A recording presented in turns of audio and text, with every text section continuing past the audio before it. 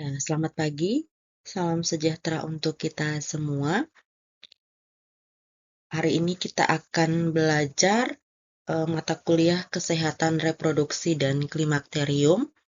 Karena ini pertemuan pertama, jadi kita akan lihat mengenai konsep dasar kesehatan reproduksi dan seksual perempuan.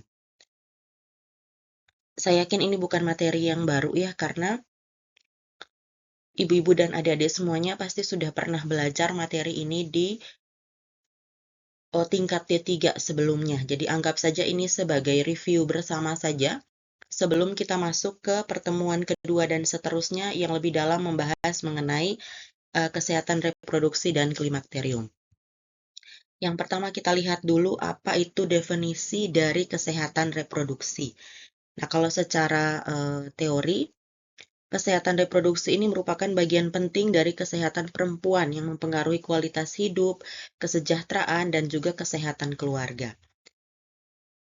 Kenapa dibilang seperti ini? Karena sebenarnya kalau dari definisi kesehatan reproduksi itu saja kan bukan hanya kesehatan dari segi fisik saja ya, tapi kita melihat kesehatan reproduksi itu kesehatan yang secara utuh gitu, dari segi fisik, emosional, sosial, dan sebagainya gitu ya. Jadi karena itu berkaitan antara satu dengan yang lain, sehingga itu menjadi salah satu bagian penting dari kesehatan perempuan. Karena dikatakan kalau perempuan itu kesehatan reproduksinya terpenuhi, maka akan mempengaruhi kualitas hidupnya, kemudian akan mempengaruhi kesejahteraannya dan membuat kesehatan keluarga itu lebih baik. Nah, ini tadi sudah saya sampaikan bahwa definisi kesehatan reproduksi itu bukan hanya sehat secara fisik, tapi kita bilangnya itu sehat secara mental juga dan sosial yang berkaitan dengan sistem reproduksi gitu ya. Jadi, kalau kesehatan reproduksi memang tidak hanya terfokus pada salah satu jenis saja, itu kesehatan fisik saja gitu ya. Karena kalau fisik, bisa saja orang itu terlihat secara fisik itu baik-baik saja gitu ya, tapi kita tidak tahu mentalnya seperti apa, kemudian sosialnya tuh bagaimana gitu ya. Sehingga definisi atau pengertian dari kesehatan reproduksi itu adalah kesehatan yang secara umum, mencakup fisik, mental, dan juga sosialnya.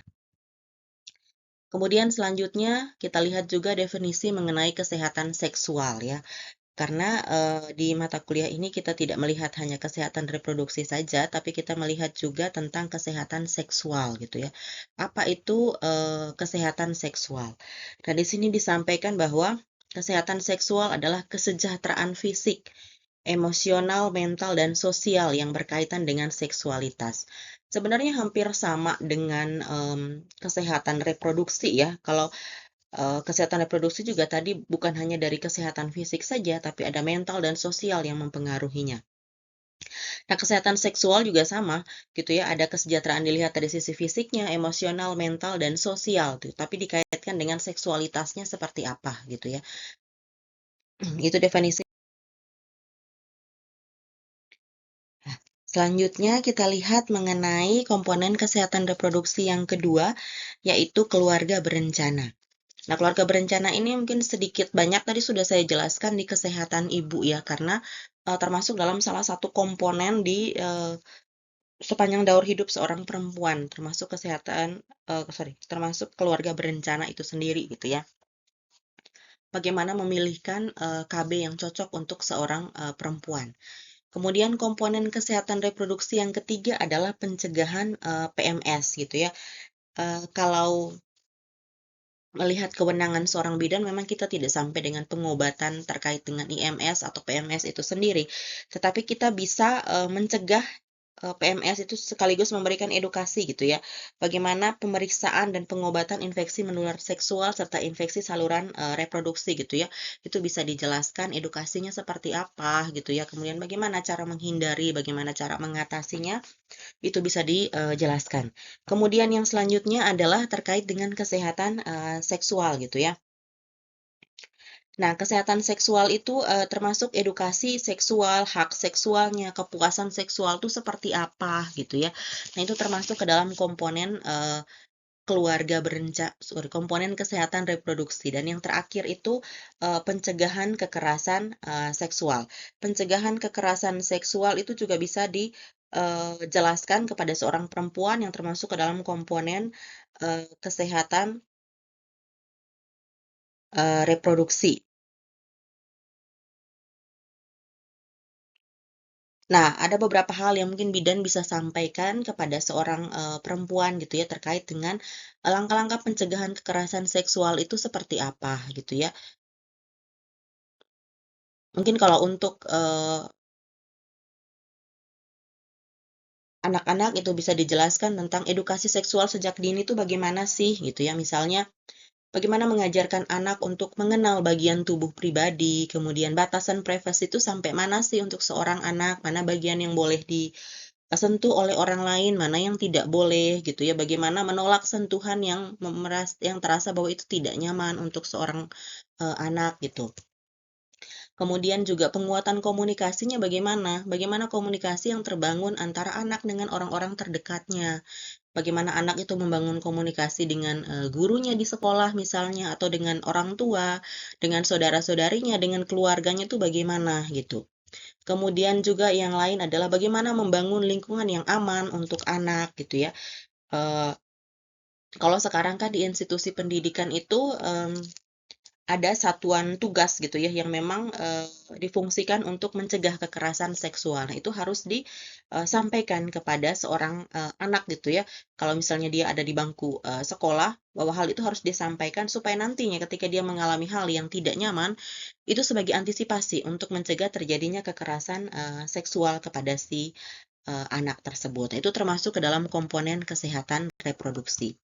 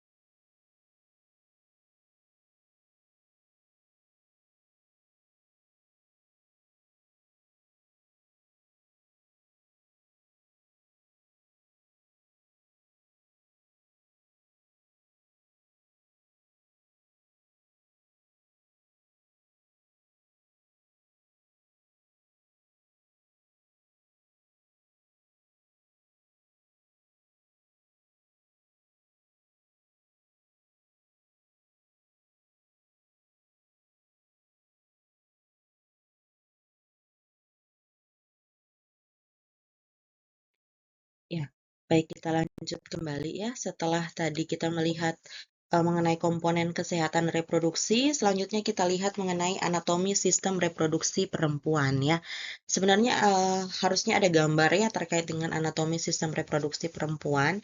Tapi di awal saya sudah sampaikan bahwa ini sebagai review ya, karena saya yakin ibu-ibu dan adik-adik semuanya ketika sudah melewati D3 kebidanan, itu pasti sudah pernah belajar tentang anatomi sistem reproduksi perempuan gitu ya. Dan sebagai bidan, saya yakin kita harus tahu tentang anatomi tersebut gitu, karena tidak mungkin menjadi bidan kalau kita tidak tahu tentang anatominya seperti apa.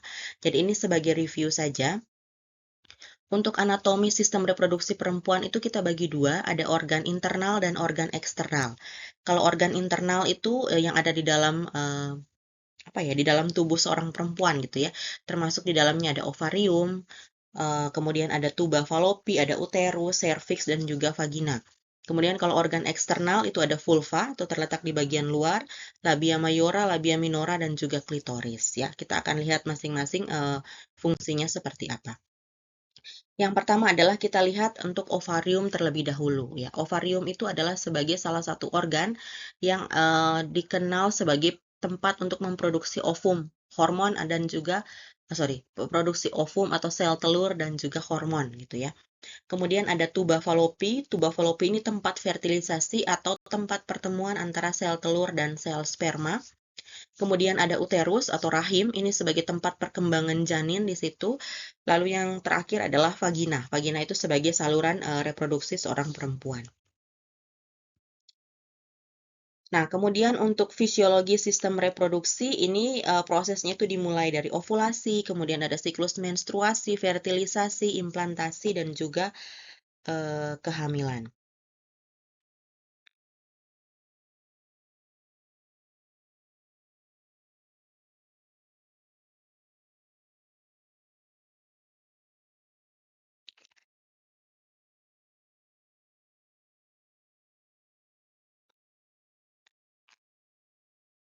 Nah, untuk fisiologi sistem reproduksi ini, eh, di awal itu kan ovarium itu kita sudah tahu sebagai organ penghasil sel telur gitu ya.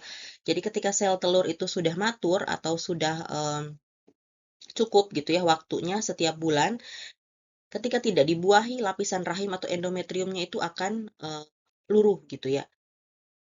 Nah, ketika lapisan rahimnya itu luruh, itu kita kenal dengan siklus atau kita kenal dengan ovulasi gitu ya. Sorry, kita kenal dengan siklus menstruasi. Nah, kemudian ketika misalnya sel telur yang sudah matang tersebut tidak luruh tapi dia bertemu dengan sel sperma, maka akan terjadi fertilisasi atau akan terjadi pembuahan. Ketika sudah terjadi pembuahan, pasti akan ada proses implantasi atau penempelan. Hasil pembuahan tersebut akan menempel di dinding rahim gitu ya. Nah, kemudian ketika sudah menempel di dinding rahim, selanjutnya akan terjadi proses kehamilan ya. Itu fisiologi dari sistem reproduksi. Nah, ini kalau siklus menstruasi itu rata-rata 28 sampai 35 hari ya yang dipengaruhi oleh hormon seperti estrogen, progesteron, FSH dan juga LH.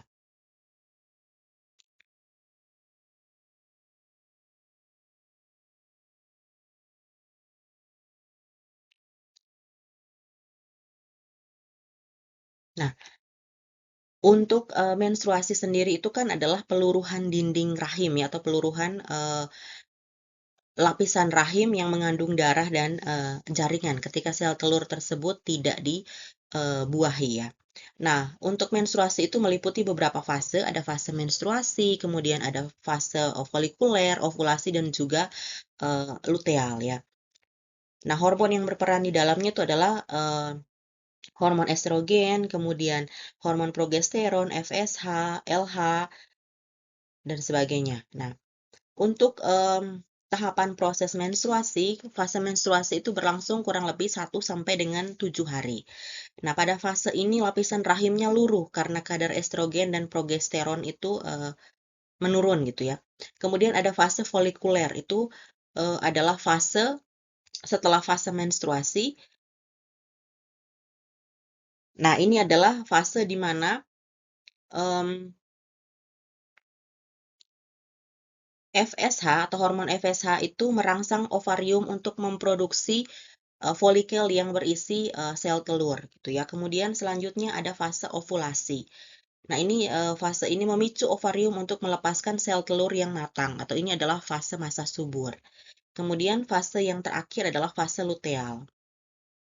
Nah, fase luteal ini adalah tadi folikel yang sudah pecah menjadi korpus luteum itu memproduksi progesteron untuk menebalkan rahim supaya mempersiapkan kehamilan. Tapi jika tidak terjadi pembuahan, korpus luteumnya itu akan menyusut gitu ya dan juga dia akan kembali ke siklus yang awal yaitu siklus menstruasi. Nah, gejala menstruasi itu seperti apa gitu ya. Nah, ini karena pembelajarannya banyak perempuan di sini ya, jadi saya yakin pasti sudah pernah merasakan gejala menstruasi itu seperti apa ya. Ada kram perut, ada nyeri payudara, kemudian ada mood swing gitu ya, perubahan emosi yang biasanya terjadi sebelum atau selama menstruasi. Nah, ini fase menstruasi tadi sudah saya jelaskan ya, ada fase menstruasi, ada fase folikuler, ada fase ovulasi, dan fase luteal. Selanjutnya kita lihat mengenai konsep seksualitas perempuan. Nah, di sini disampaikan bahwa seksualitas itu mencakup identitas, gender,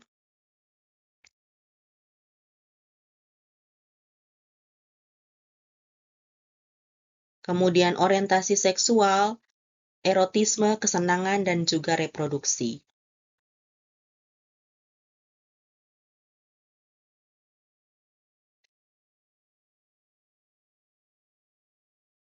Nah, mmm, ada beberapa poin mungkin yang harus dipahami terkait dengan konsep seksualitas perempuan. Yang pertama adalah, bagaimana seorang perempuan itu menghargai dirinya gitu ya, identitas gendernya tuh seperti apa gitu ya. Karena kan seksualitas itu di sini dikatakan mencakup identitas gender ya. Jadi bagaimana seorang, perempuan itu, mengenal dirinya tuh seperti apa.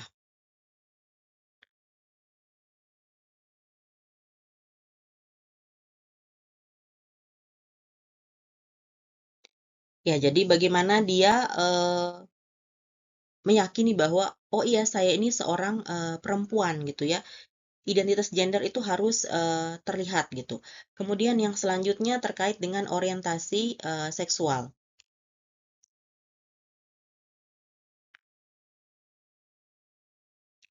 Nah, untuk, orientasi seksual ini biasanya, dikaitkan dengan beberapa hal, termasuk di dalamnya bagaimana ketertarikan emosionalnya, kemudian,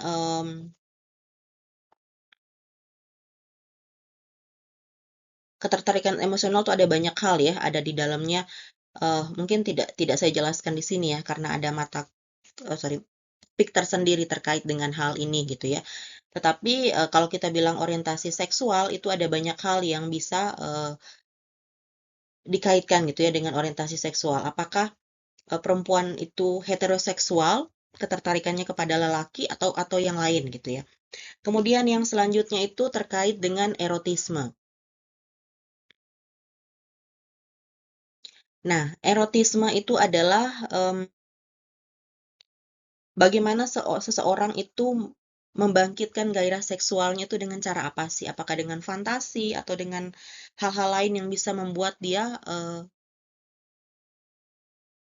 bisa membangkitkan si gairah seksual itu sendiri gitu. Kemudian yang selanjutnya itu terkait dengan kesenangan dan juga reproduksi.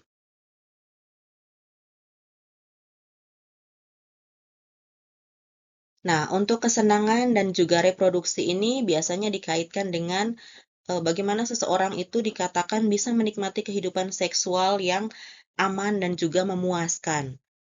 Sekaligus bagaimana kemampuan biologis untuk menghasilkan, keturunan ya, kalau kita kaitkan dengan, reproduksinya. Nah, ini konsep, seksualitas seorang, perempuan. Kemudian selanjutnya kita lihat mengenai dimensi seksualitas. Nah, untuk dimensi seksualitas di sini ada beberapa, ada biologis, kemudian ada, psikologis, sosial, kemudian budaya itu mempengaruhi seksualitas perempuan. Nah, mungkin saya jelaskan sedikit saja karena maksudnya karena ada materi nantinya yang terkait dengan hal-hal ini. Kalau untuk dimensi biologis ini, biasanya terkait dengan, fisiknya, kemudian, hormonnya seperti apa, kemudian fungsi reproduksinya bagaimana.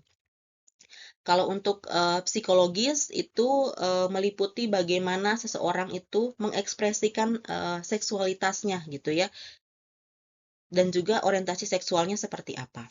Kalau terkait dengan dimensi sosial itu, berkaitan dengan budaya seperti apa, norma itu seperti apa sih gitu ya kalau dikaitkan dengan seksualitas. Lalu, yang terakhir adalah, dimensi seksualitas dilihat dari sisi, budaya.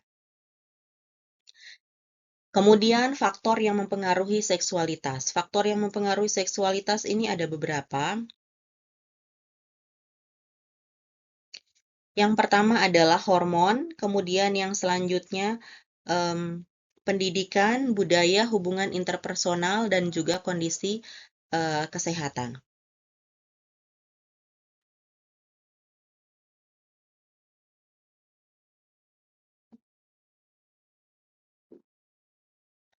Nah, terkait dengan hormon, hormon ini kan, sebagai salah satu, apa ya, salah satu, pendorong lah ya, terkait dengan libido. Jadi, hormon itu akan mempengaruhi gairah seksual seseorang. Nah, ini mempengaruhi seksualitas ya. Kemudian yang kedua adalah terkait dengan pendidikan atau pengetahuan. Bagaimana sex education yang, terbangun untuk seorang, perempuan gitu ya. itu akan mempengaruhi bagaimana seseorang memahami terkait dengan seksualitas. Termasuk di dalamnya bagaimana dia menjaga dirinya supaya terhindar dari pelecehan seksual ataupun kekerasan seksual.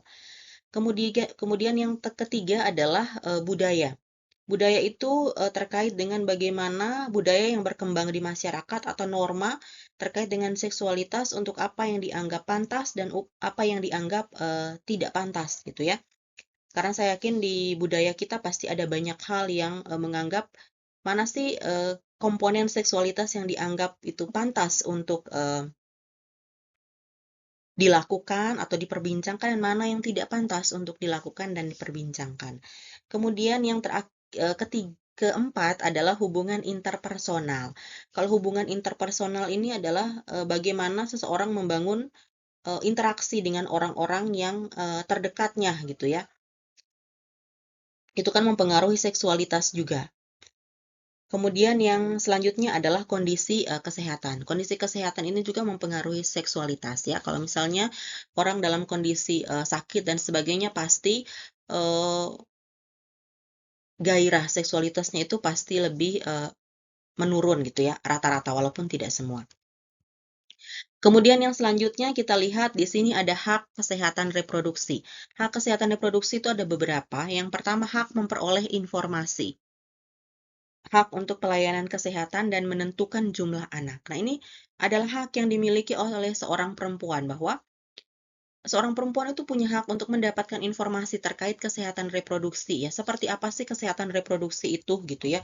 Kemudian dia berhak untuk datang ke pelayanan kesehatan termasuk menentukan jumlah anak. Seorang perempuan tuh bisa loh untuk menentukan jumlah anak yang dia inginkan tuh seperti apa. Kenapa? Karena itu terkait dengan tubuhnya sendiri. Kalau terkait dengan tubuh, terkait dengan apa yang saya miliki, tentu saya juga punya kewenangan untuk menentukan apa sih yang terbaik untuk tubuh saya. Gitu. Kemudian hak seksual.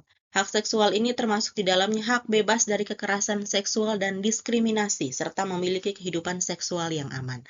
Jadi hak seksual itu bukan hanya seksualitas itu bukan hanya sekedar bagaimana seseorang melakukan hubungan seksual, tapi di dalamnya adalah bagaimana hubungan seksual itu terbangun dengan aman. Seseorang itu merasa aman dan nyaman untuk melakukan hubungan seksual gitu ya.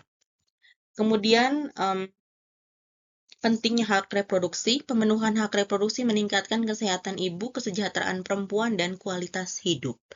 Nah, ini yang penting untuk diperhatikan bahwa ketika seseorang merasa hak reproduksinya itu terpenuhi, tentu kualitas hidupnya, kesehatannya, dan kesejahteraan itu lebih terbangun atau lebih baik untuk ke depannya. Lalu bagaimana peran tenaga kesehatan untuk hal-hal seperti ini?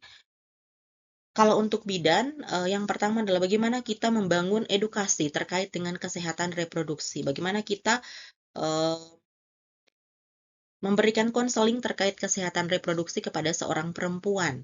Karena kan tadi, sepanjang daur hidup seorang perempuan, itu menjadi pelayanan dari bidan gitu ya. Jadi bagaimana membangun kesehatan reproduksi, konseling dari awal tuh seperti apa.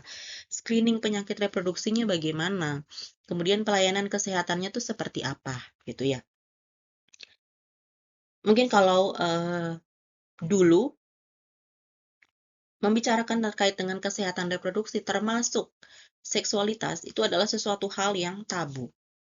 Tetapi untuk di masa sekarang, saya pikir itu bukan sesuatu hal yang tabu lagi, asalkan dikemas dengan bahasa yang mudah dimengerti dan tidak terkesan itu sesuatu hal yang tidak baik untuk diceritakan gitu.